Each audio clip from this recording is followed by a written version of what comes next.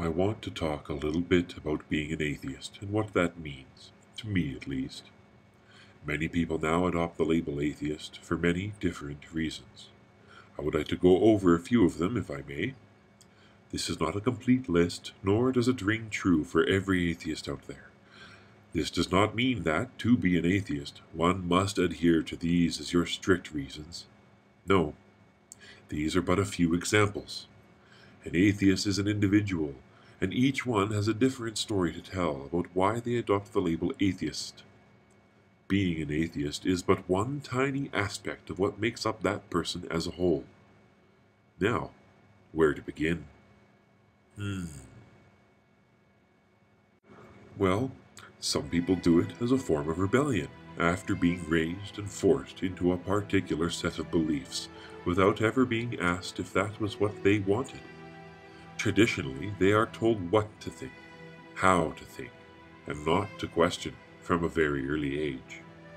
An age at which they didn't know any better.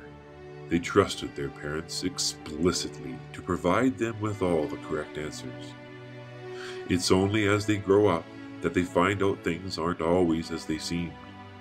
They had been deceived by the very figures that commanded respect and authority.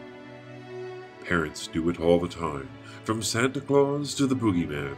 They use fear and desire to keep control, to make them behave, to keep them out of places they don't want them in.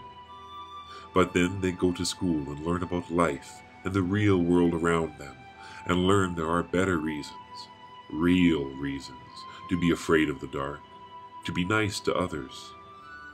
These once trusted figures now lose some of that respect. Why would they need to lie? Couldn't they have given gifts because they loved them? Told them to stay out of the dark so nighttime predators won't attack? Then they learn of other cultures, other ways of life that also flourish and produce a productive society. They feel cheated and are angry for not being informed of all the other options out there. They weren't given a clear and concise history on how the beliefs taught to them as a child came to be in the first place, the context of the era the concept was conceived in. They were only told this was how it is and everyone thinks like this. They were lulled into a false security that, to believe, is the only way you can be good. Without this specific set of teachings, life falls apart. You will be shunned, ostracized, and fall into a life wrought with misery, loneliness, vile deeds, hatred, and suffering. Then, when they desire to learn more about these other cultures, they are warned that demons and devils will try to lead them astray, try to lie to them. This only serves to remind them of the lies in their early childhood of tooth fairies and ghosts. And so the hands of those who so desperately want the control sowed the seeds of distrust. It is human nature to be curious after all, and when told not to do something, it always begs the question, why? So, that was a short description of rebellion, and how some people, when told not to do something, will want to do it just to see why they were told not to. Now, on to my next common reason for being an atheist. Information. There are some people who seek knowledge. They desire to learn. These people generally want to learn as many true things and as few false things as possible, and so have a standard of evidence upon which they measure claims against. Take Newton's 3 laws, for example. These things can be tested, measured, and demonstrated through experimentation. It also helps to explain how different things work. Through this knowledge, people are able to calculate how much energy one would need to produce in order to have a rocket break free of the Earth's gravitational field. They can see how this has a real effect. They can measure these forces, apply the equations to a model, and generate a predictable result.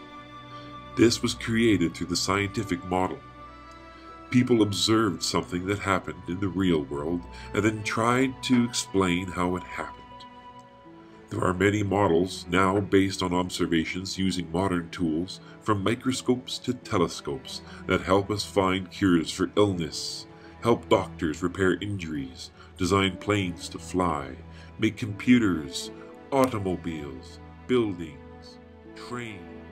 All of this can be done without having to apply a supernatural explanation. These people look at religion and cannot find a way to test any of the claims within it. For example, the Bible. Historians have some evidence that points to the existence of a Jewish rabbi, Jesus.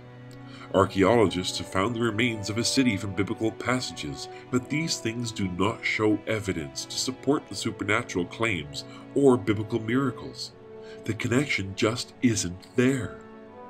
Simple experiments can be done in a classroom to show how eyewitness testimony can change everything from the color of a person's hat, to who was the instigator, to a person's name, or even overlook important details altogether. All of this can change based on the witness and the amount of time between the event and the recollection of said event. When a person values evidence and demonstrable proof, they are less likely to be persuaded by things that need to be taken on faith. Because to have faith requires you to believe something despite all evidence to the contrary, and to dismiss valid arguments in favor of a predisposed notion. Information and education are very damaging tools to the construct of a religion. I hope you have enjoyed this video and will take the time to ask an atheist what that term means to them before initiating a conversation. I welcome all comments and discussion that this will produce. I know I have not touched upon every reason for people to call themselves an atheist, and I will elaborate more in my next video. Until we meet again.